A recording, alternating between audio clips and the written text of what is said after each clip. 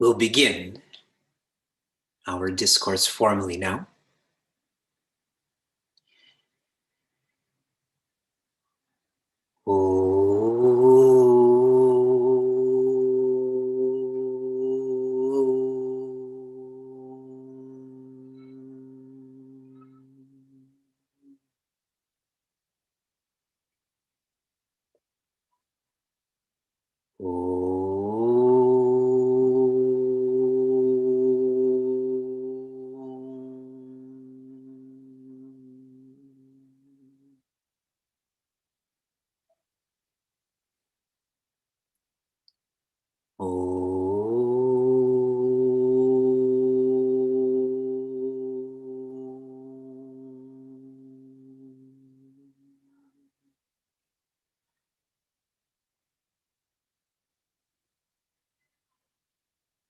Hari Om, and greetings from Niagara Falls. Welcome to all of our young adults, evolving adults, and adults who are continuing to join us for our retreat, our discourses on Mind the Gap. In my mind, our retreat, though externally called Mind the Gap, I feel it to be Mind Your Gap. If someone told you, mind your gap, what do you think they would be talking about? I think they would be talking about your mouth. It's like a gap in one's face. In other words, be careful with how you speak. Now, you don't need to be in this retreat to be told to be careful with how you speak. A sociology class can teach you that. Mind your gap in a deeper sense is for the mind to be lifted up to be one with the intellect. Why the intellect? Because the intellect is that which holds, can hold, an ideal. Why an ideal? An ideal is that which helps us to feel infinite. The feeling of infinity is to be joyous. Joyous with no condition, to be independent. This cannot be experienced through a sociology class. This can only be experienced through religion. And this is a frightening word for us. We infuse this with controversy only because we don't know what religion is. So we project and project and project. Swami Chinmayananda has defined religion as rehabilitation. For the mind to be rehabilitated, to commune with the intellect. I like to define religion as return. I have drifted away from who I am, and religion helps me to find my way back to who I am.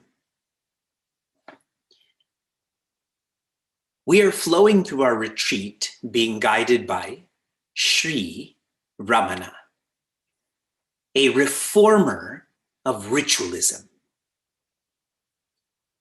When he was a teenager, younger than all of us, he went to a mandir and he lied down on the floor.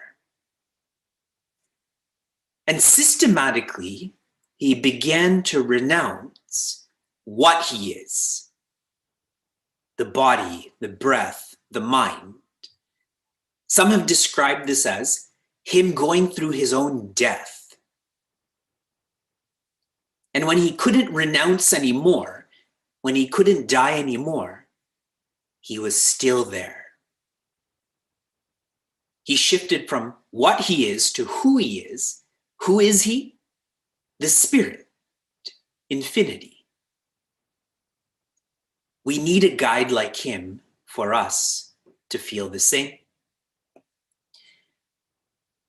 I've been to Sri Ramana's ashram. Have any of you been there before? A powerful, peaceful place. What he would do for the majority of the hours of his day, he had this fancy couch. Not that he wanted it to be fancy. He usually just wore a lower cloth. For those who are not interpreting that correctly, he would just wear underwear. And lie down on this fancy couch with his hand on his chin on his hand, with his eyes closed, and that's it. And occasionally, when people would come to see him or talk to him, he would look at them, look away, talk to them, look away.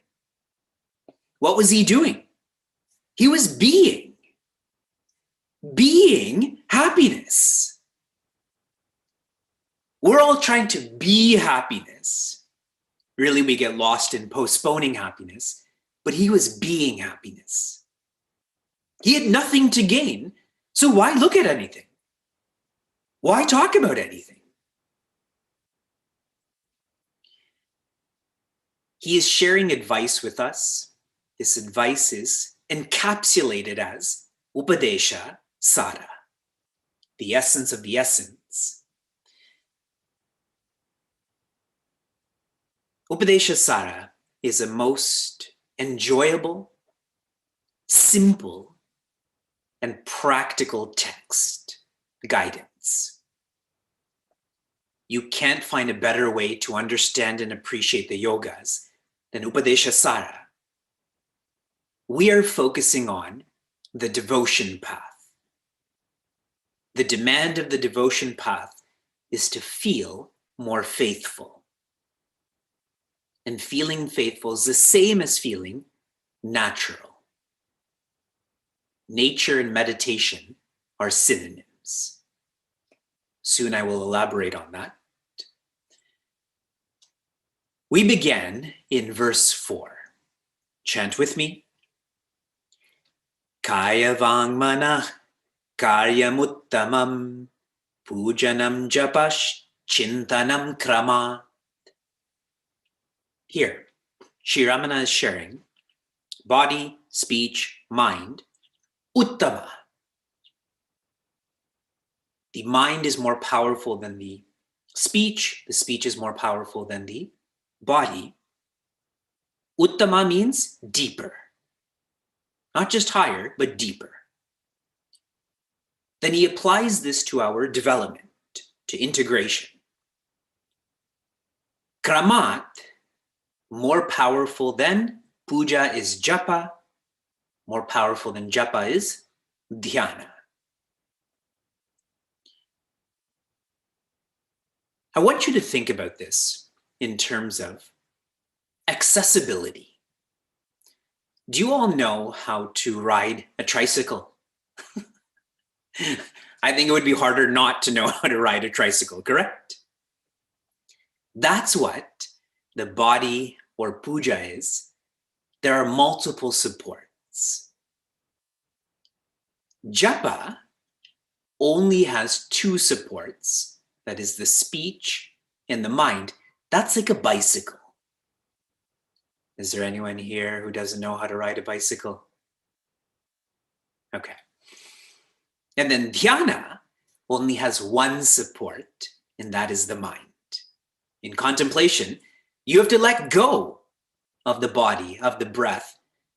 You're only using the mind. That's like riding a unicycle. Do any of you know how to ride a unicycle? Do you know anyone who knows how to ride a unicycle?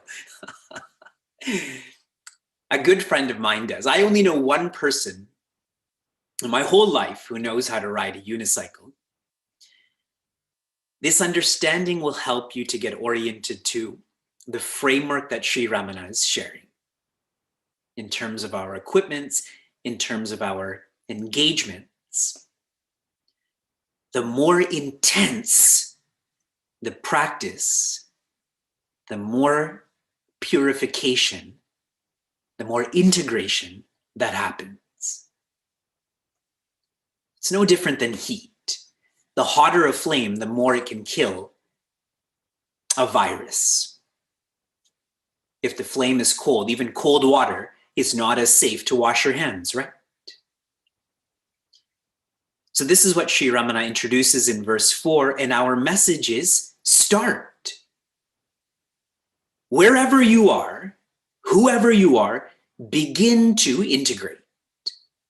If you need more support, puja. If you need little support, dhyana, start. Most of us know how to ride a bicycle. Now learn how to ride a unicycle. Intensify your practice and see physically how your hand-eye coordination grows. In verse 5, we learned what puja is. In verse 5, how should one engage in puja? Let's chant. Jagata ishadhi yukta sevanam ashtamurti brid deva pujanam. If there is an entity that is created, there has to be a creator.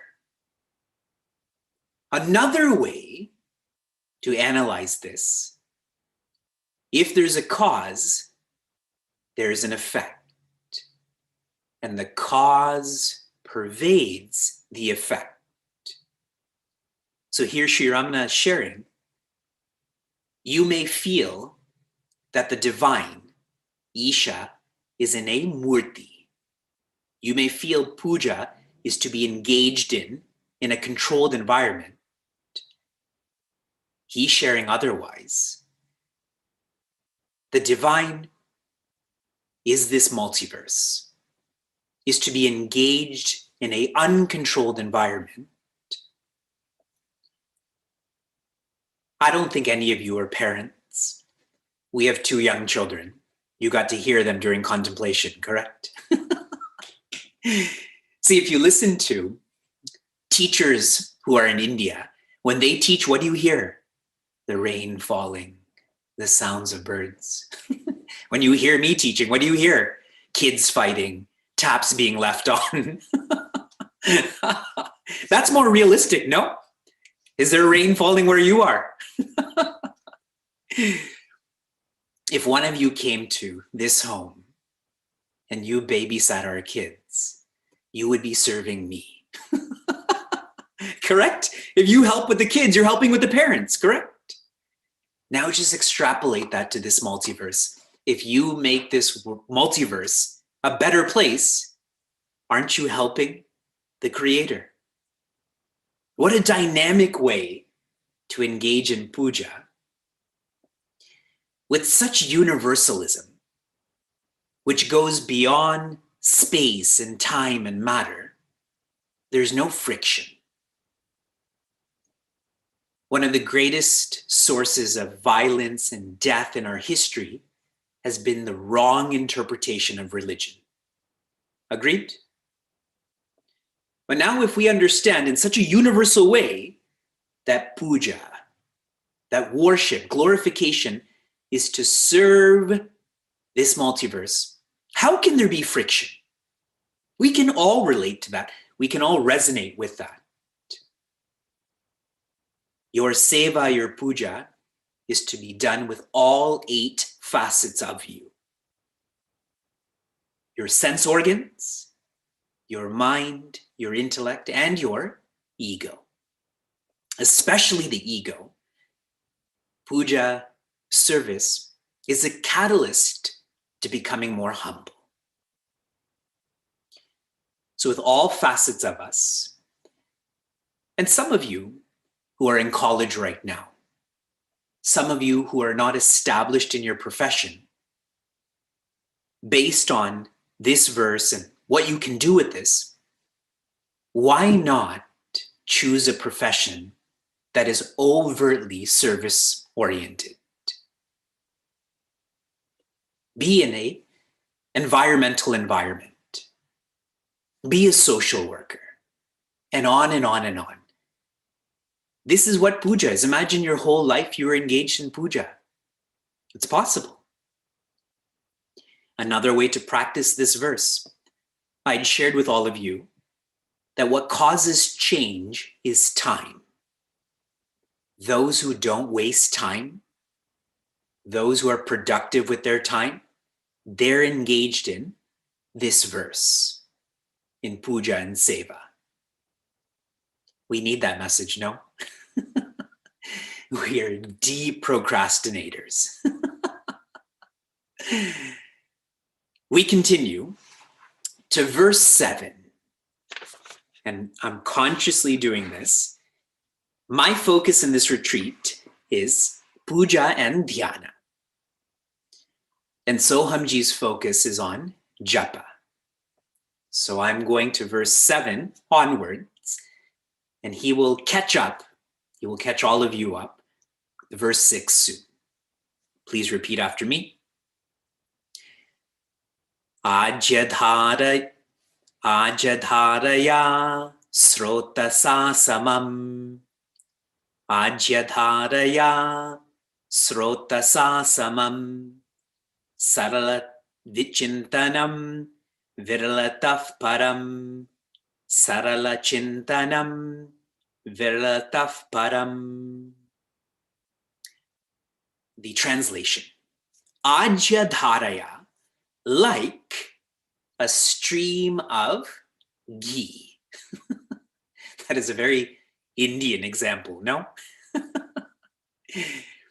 You've all seen at a mandir when they're pouring oil into a lamp. Oil is more in North America, but clarified butter is what is used in India. And the point is it's thick, correct? It's not broken. That's one visualization. The other, srota sa samam, like a river. I think California tends to have less beauty in terms of water. There aren't that many rivers, right? There's more of a drought culture. Where I live, Canada specifically has the most fresh water in the entire world. And where I live, specifically near the Great Lakes, this is the greatest basin of water. So there's lots of rivers. And if you observe a river, rivers too are unbroken. Yes, they don't just stop and then start again. They just keep on flowing. Sri Ramana is giving these visualizations because he wants us to engage in contemplation in the same way, in an unbroken way, in an undistracted way. Sarala chintanam or sarala dhyana means effortless. Virala or viralataha means that which is with effort. So param, that which is effortless, is higher, deeper, better than that which is broken. Do you need this kind of advice? Isn't this obvious? But when you hear such obvious advice, you should be thinking, do you live like this?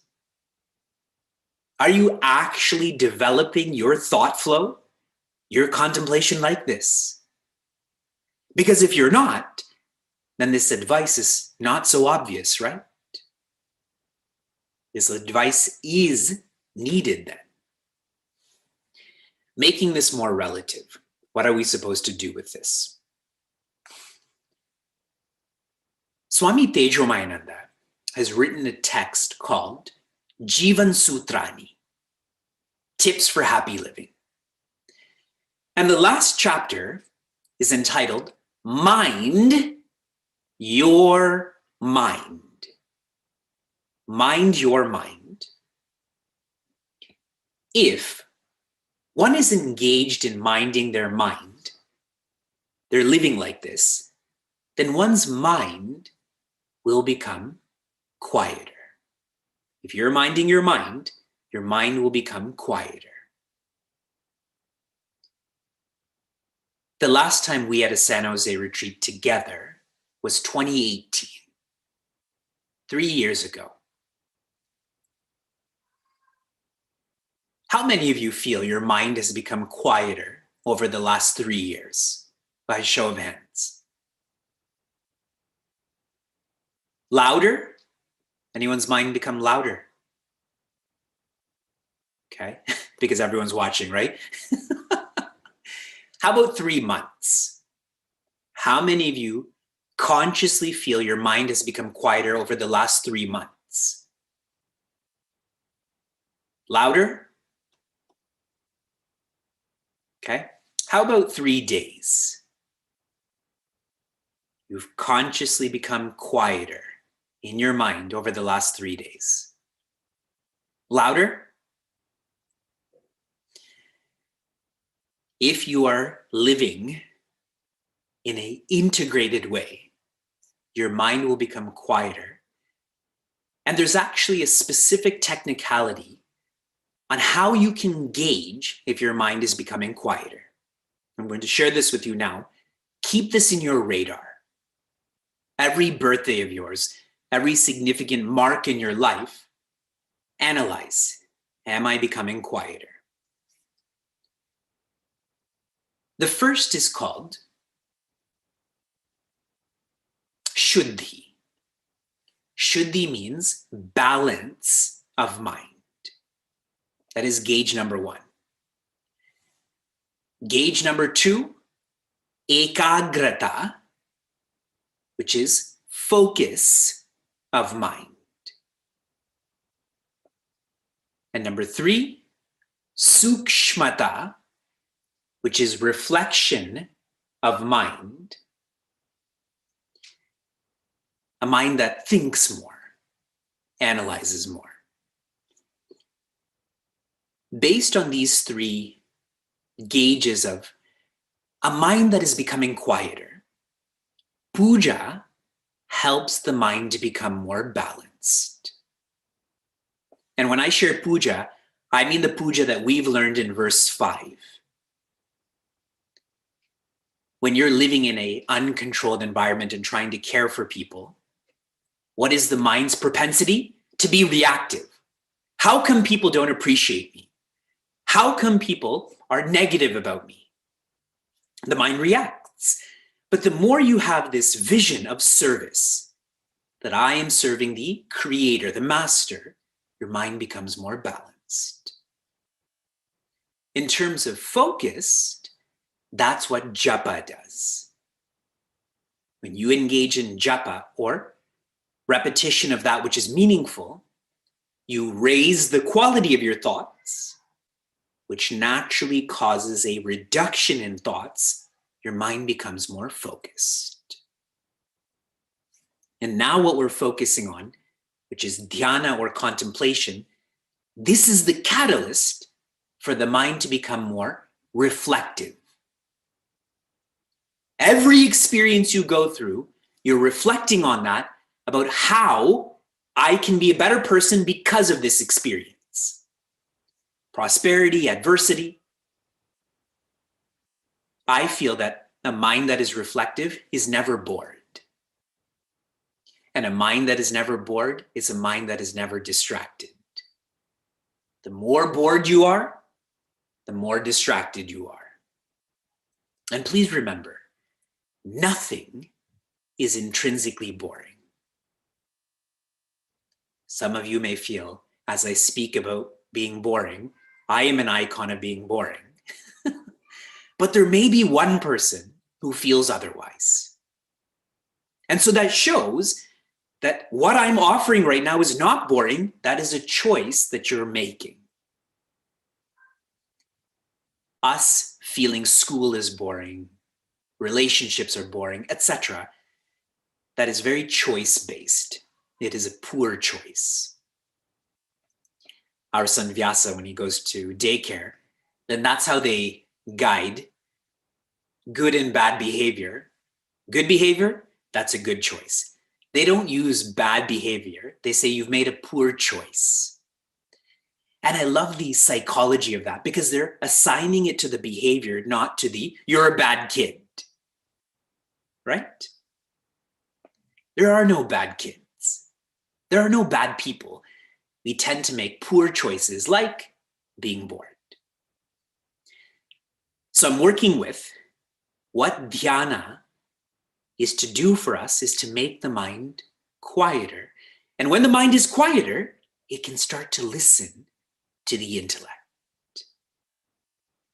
The intellect has ideals. The intellect will guide us to infinity.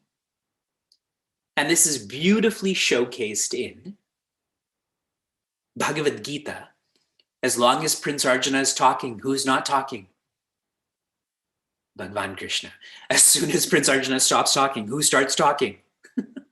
Bhagavan Krishna. But before Bhagavan Krishna starts talking, you know what he does? He smiles, saying, I'm tired of listening to you. You should be tired of speaking. Now let's sing. Let the Gita begin. Puja and japa are known as Bahi Karana Sadhana. These are practices that are required for preparation for contemplation. That's preparation, verse 5 and 6. And what is the conclusion is verse 7, 8, 9, 10. Preparation, conclusion. Contemplation is known as Anta Karana Sadhana. It is not a preparation. When I went to the ashram, when I applied to be a student, one of the requirements was you had to have a college degree. If I didn't have a degree, I wouldn't have been able to go to the course. And this is very systematic for two reasons. Number one, that you have some experience with the world to make this decision. For those who are in high school, you have experienced the world, but someone who's completed college definitely has more of an orientation towards what the world is like. Agreed? And the second reason for this college degree is so that you're prepared for deeper study. Now, without that preparation, could I have gone to the course? Without puja and japa, do you think that you can engage in dhyana? It's not possible. As much as you appreciate that in a secular way, you also have to appreciate this in a sacred way. Antakarana sadhana is of 3 degrees.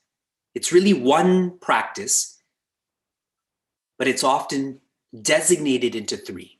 So hear me out on this. And you know these terms. I'm trying to add more depth or relativity to these terms. The first is known as shravana.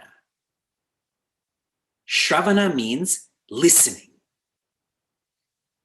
You will know that you're listening when Vedanta, Bhagavad Gita, self-development, you start to feel this is the message. If you ever read The New Yorker or listen to CNBC, whatever, do you ever feel this is the message? My life is going to change because of this. No, we reserve that for BuzzFeed. Yes? You never do. But listening is, this is the message. Shravana is to evolve to manana or reflection. And you know that you've completed manana with the feeling of the message is real. The message is real. For a typical person, when they're taught, you can be independently joyous, they feel that's a fantasy, right? But if you start to feel this is real, you know that you're engaged in reflecting. Shravana, manana, then nididhyasana. And a shortened version of that, of the word is dhyana. Got it? Antakarana sadhana, that is advanced practices, the final practices to go from dependently joyous to independently joyous, is Shravana, Manana, and Nididhyasana.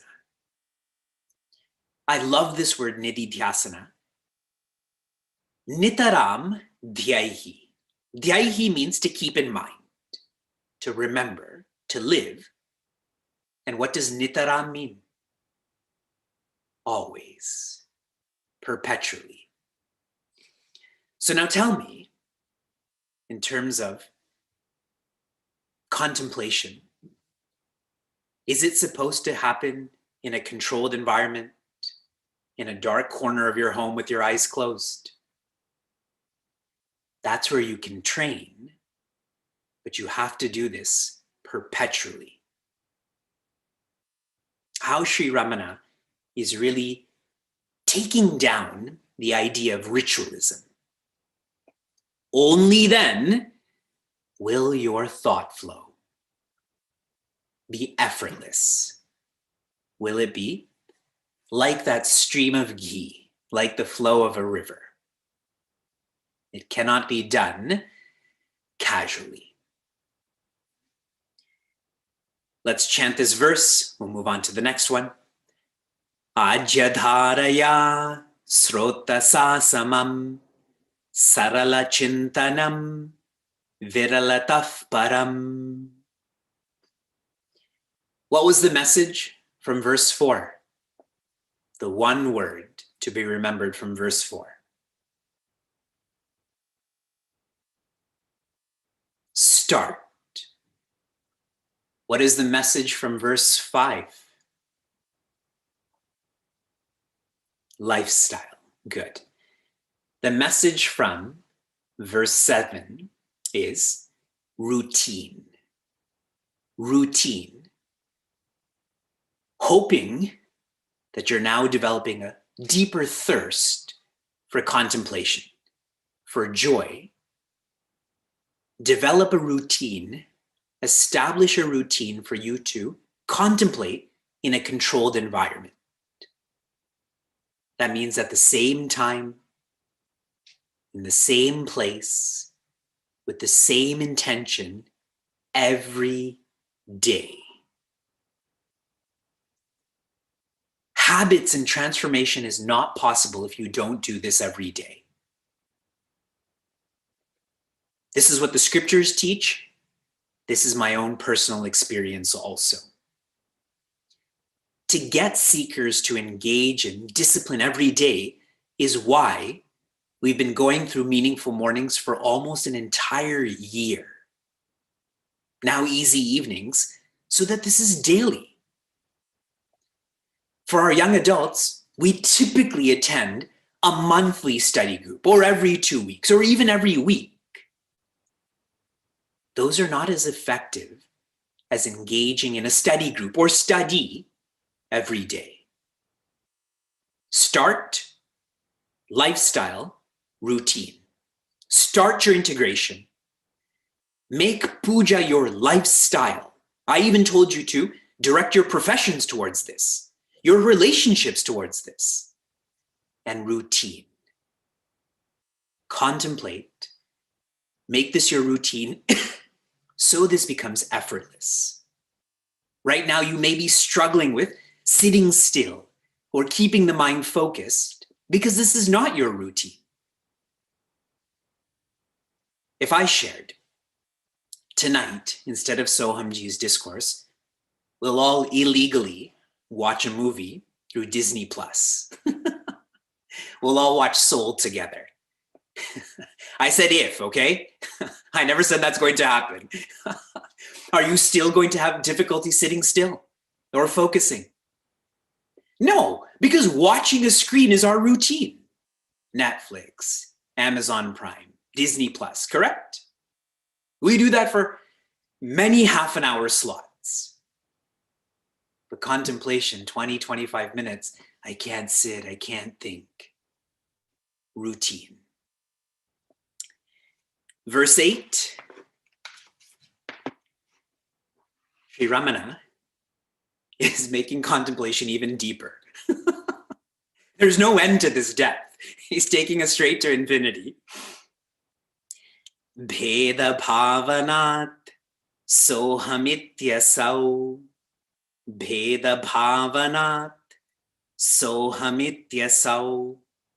Bhavana bhida pavani mata. Bhavana bhida pavani mata. Bheda means difference. Bhavana, when you contemplate with the sense of difference. Difference from what or who? Difference from your creator, or difference from the source of joy. Okay, this is one reference. The next reference, saha aham iti asau, which means contemplating without difference. That you do not feel there's a difference between you and your creator. There is no difference between you and the source of joy. Bhavana abhida, this contemplation without difference, without separation. Bhavani mata is higher, is deeper, is more powerful, is more purifying. So connecting verse 7 and 8. Distracted contemplation is inferior to focused contemplation.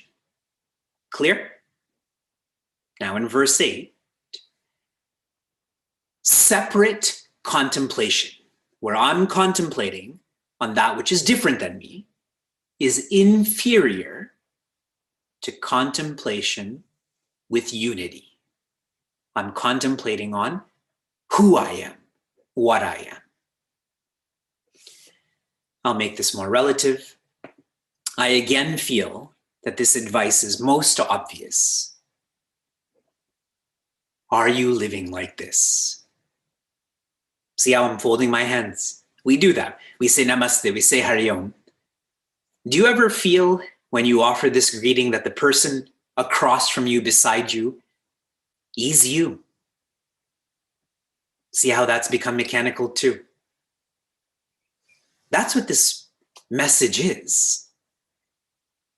That we may look differently, but we are the same. So how do we start living this? We have 5 equipments. There's different ways to describe these as koshas or sheets. I'm going to tell you what they do. What the body does is interact. If you go for a walk and you say hello to someone, you air high five them, it's your body that's interacting, correct? Deeper than that is your breath. What does it do? It inputs, not just air, but digesting and circulating. It's all input based. What does the mind do? Interprets. See, here I am speaking right now. There's 140 of you that are registered. There's 70 that are joining us through YouTube. The recording from yesterday, there was 300. So imagine 600 or 700 people are listening to one speaker, but everyone's interpretation is different. Yes? That's what the mind does. It interprets. The intellect instructs. And this is very business school, alpha personality encouraged.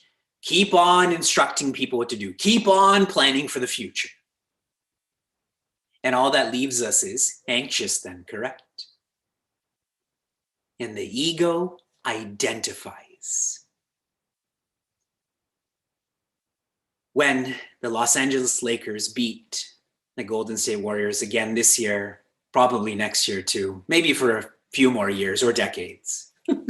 If that causes you sadness, It's because your ego identifies with the warriors. You feel their success is your success when it's not at all. You're only paying their salaries. See how the ego is always wanting to identify. This is what our equipments are doing. And this is a problem because these equipments that are always extrovert, everything I described is extrovert, never allows us to internalize what we're experiencing or learning. One feels this doesn't apply to me. Such as, how many of you feel that you are going to be enlightened, you are going to be independently joyous in this lifetime? By a show of hands. Good, that's many more hands than I had expected.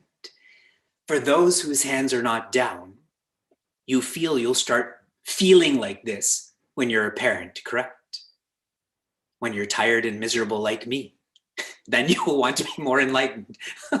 Or when you're 60. See how you feel this doesn't apply to you?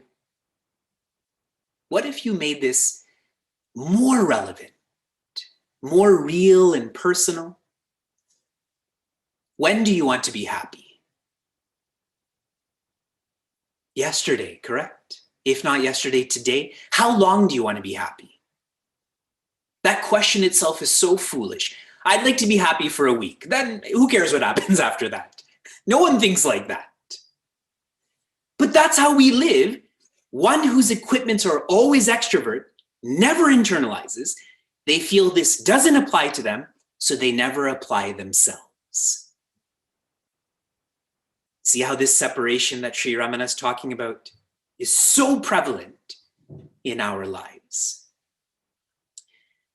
In the Ramayana, there's a framework that shares signs of death, that death is approaching. There are many signs that death is approaching. Some are quite strange, and I don't have the time or interest to share those with you. But one of them is not listening to advice. Now, if you don't listen to advice, I'm this extremist who thinks, then you're going to die. What this means is sadness will continue. If I don't listen to advice, whatever dependency I have right now to be happy, that dependency is going to go on forever. That's one of the signs. A sign that I feel is quite real. How many of you feel you have faith in your creator, faith in your master, by show of hands? Okay. How many of you this past week or month or just this year, 6 weeks, have experienced some sort of fear or worry? Then do you really have faith? Faith and fear are antonyms. If you have faith, you can't have fear. If you have fear, you can't have faith. And most of you had your hand up for both. That shows how extroverted we are, that we're not internalizing. Where is this creator? In you, as you. Who is your master? You are the master.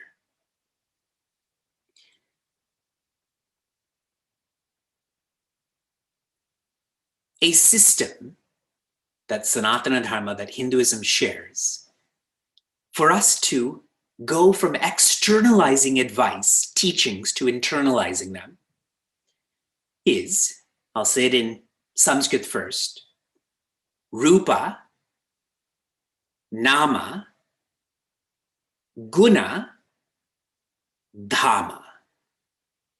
Rupa means form. That is associated with puja. So start with that. But then you have to internalize that more. Nama, or name, what's that associated with? Japa, obviously. But then you have to internalize that more. Not just a divine form and name. Guna means qualities. And this is where dhyana is required. You start to contemplate on the qualities that you want to be. And who has those qualities? The creator, the master. And when all of that comes together, the completion of this system is dhamma. Dhamma means locus or abode. Where do you feel all of that is? In you. As you. My last thought on this verse, even though I can go on and on about this.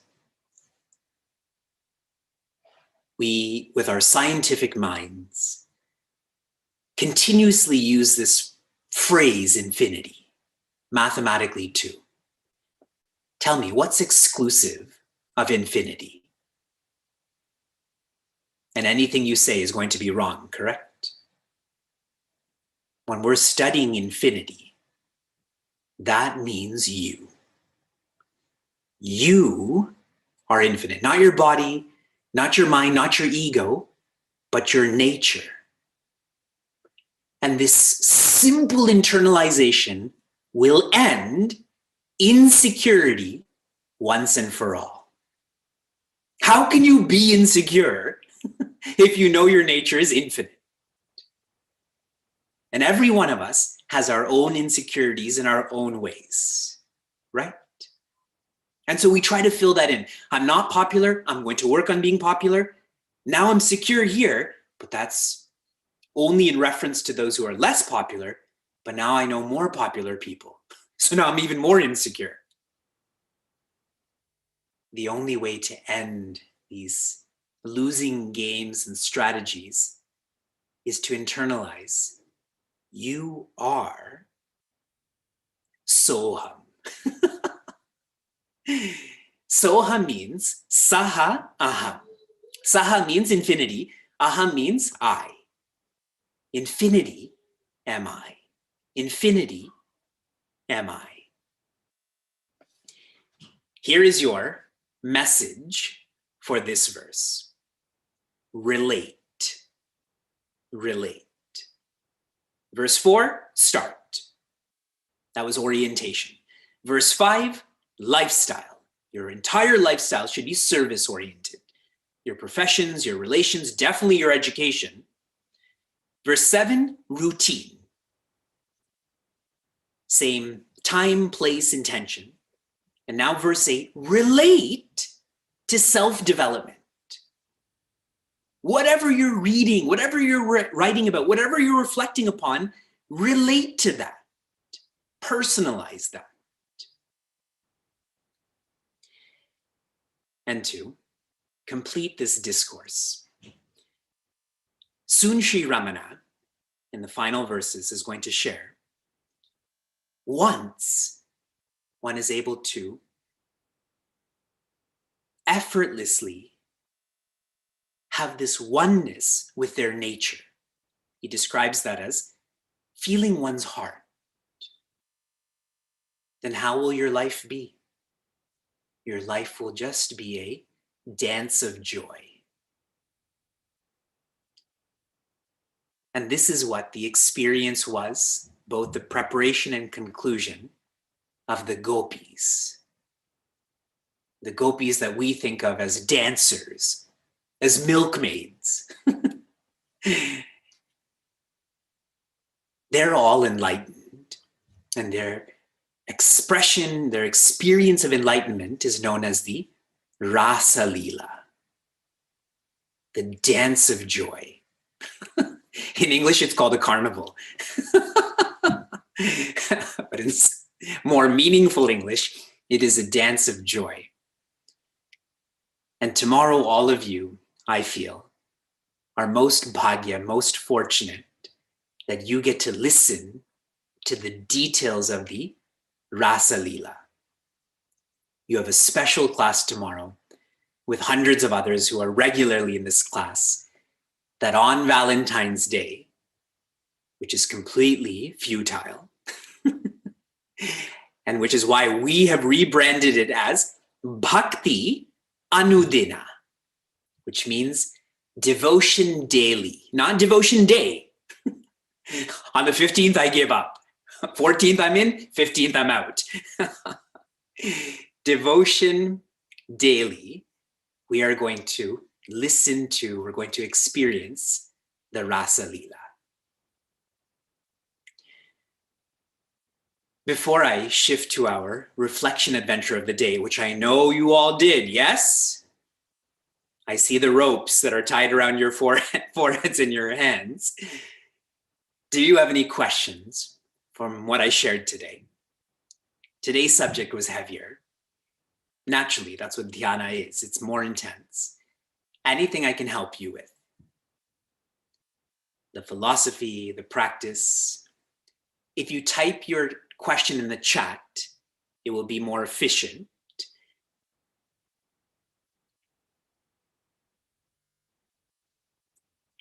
Is it normal to feel a little dizzy when you let go of your body during preparation for meditation? It is initially because you're not used to it. But it's not dizziness that you're feeling, it's fear that you're feeling. Whenever we let go of anything that we've held on to for a long time, we tend to be afraid. Like moving apartments, changing relationships, changing jobs. You've always felt the weight of your body. And when you practice contemplation, that's what you let go of first. So it's not that your body or mind is becoming disoriented, like you're spinning around or you're dehydrated. It is fear. Fear is one of the greatest obstacles when you contemplate, which is why the support of a guide is needed. When I was taking Vyasa downstairs yesterday, and he's a very imaginary child, he had put a blanket on his head and he wanted to walk down the stairs like a ghost. Another word for imaginary is impractical. But he couldn't walk, right? It was dark and he was getting scared. So I said, hold my hand. You keep playing your game and I'll hold your hand while we walk downstairs. And so what should have taken 10 seconds took like 5 minutes to come down. But my point is that his fear went away because there was a physical support who could see for him.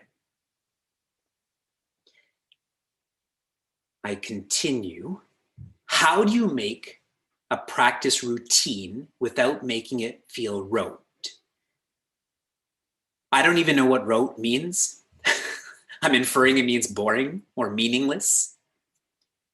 When you remember the utility, if you remember the utility of what is becoming your routine, you will not mind that this is your routine.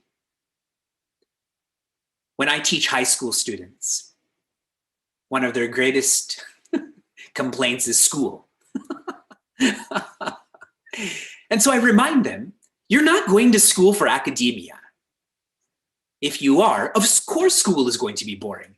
You go to school to learn about management, time management, relationship management, hygiene management. How many even brush their teeth now, now that they're schooling virtually, correct? See, if you go to school as an opportunity for management, it's not boring. But if you go for academics, what did you expect? It's boring, and the finality of being bored is you burn out. So now the routine of contemplation, this is going to make you independently joyous. We want to be politically independent, financially independent. Happiness is exponentially worth more. Next, if we haven't engaged in enough puja and papa, I think you meant japa. Puja and papa. Yes, please engage in more papa, in more demeritorious actions. Should we be attempting dhyana? You should attempt it for the sake of quietude, but not with the ego that you're ready for enlightenment. This is a significant problem with organizations and teachers, that they teach contemplation, which is the means to enlightenment, but what they're using contemplation for is therapy, like therapeutic benefits, a lower resting heart rate, or my mind feels quieter. And those are beneficial, but this can lead you to joy, and to use it for anything less would be demeaning. So do attempt dhyana, appreciating the quietude of the mind. As you engage in more service, that is puja, and more japa, not papa, more japa, that is your mind becomes more focused, then you will find even dhyana will go from quietude to more. And the last question that I can take, and maybe the others can be copied. Sri Ramana shared in verse 7 and 8 that there is inferior, superior ways of contemplation. Can it be inferred that these inferior methods are still superior to not contemplating at all? Yes. Some bad exercising is better than no exercising, correct? If I go to the gym and I do a few pull-ups, and even though, someone's holding my legs while I'm doing it, it's still some exercise, correct? As compared to not exercising at all. When Sri Ramana uses words like uttama, kramat, it's not to belittle the earlier practices, but rather to direct us to the final practices. The way that Swami Tejomayananda shared this for us. We studied many religions in the ashram, but naturally we focused on Sanatana Dharma. And he said, we're focusing on Sanatana Dharma, not in a comparative way, that this religion is better than another. Rather, this is what relates to you. This is what's personal to you. So it's not to belittle other religions, but rather to, as if, glorify your own for you, not in a comparison. That's why on Sunday, when many people write messages like, to the best wife in the world, to the best husband in the world, to the best girlfriend in the world, I can't stand such messages, because you're taking something relative and portraying that it's absolute. It's the best for you. It's not the best for me. If you have the best wife in the world, then what am I doing with my wife? Correct? Relative. It's for your own upliftment. On to our RAD, our reflection adventure of the day. How many of you tried yesterday? Unitasking only. Those who didn't, you didn't hear what I said, correct? Those who did unitask, tell me how your practice was. What was the challenge or the utility of unitasking? Please share with everyone. My observation is quite extreme. In Bhagavad Gita, Bhagavan Krishna says, ayuktasya kutas sukham, which means, for the one who is distracted, where is their happiness? Being distracted is dangerous in terms of driving. It is more dangerous in terms of dependency. And many of you have shared that you were more focused, everything you did was more efficient, you enjoyed more. Yes, that is a significant utility of unitasking. Here is your RAD, your reflection adventure of the day for today. Until we meet in the jungle of Vrindavana for our Rasa Leela, I want you to create an infinity room where you live. If you only have one room, that's the nature of your apartment, let's say, create infinity space. This is a room, this is a space to help you feel infinite. So establish this. It should be clean, simple, and inspiring. Okay? And what would be lovely is after you set this up, you take a photograph of that and email that to the organizers so I can judge you to see who's superior and inferior. And briefly, in terms of announcements, yesterday I shared about following Chinmay Mission Niagara's Facebook and Instagram and Twitter accounts so you can reflect on teachings. Today, Chinmay Mission Niagara has a podcast called Live Vedanta and a YouTube channel that's also under Chinmay Mission Niagara. What's special about these is entire courses have been uploaded in terms of podcasts. I taught meditation in life for 2 years. That's all been recorded. And now you can listen to this as a podcast in your commutes, your jogs, etc. And if you're more of a video person, whether it's Ramayana, Bhagavatam, those entire courses are on our YouTube channel. So instead of binging on this and that, binge on lifestyle. Binge on that which will make your mind quieter. Shanti, Shanti, Shanti.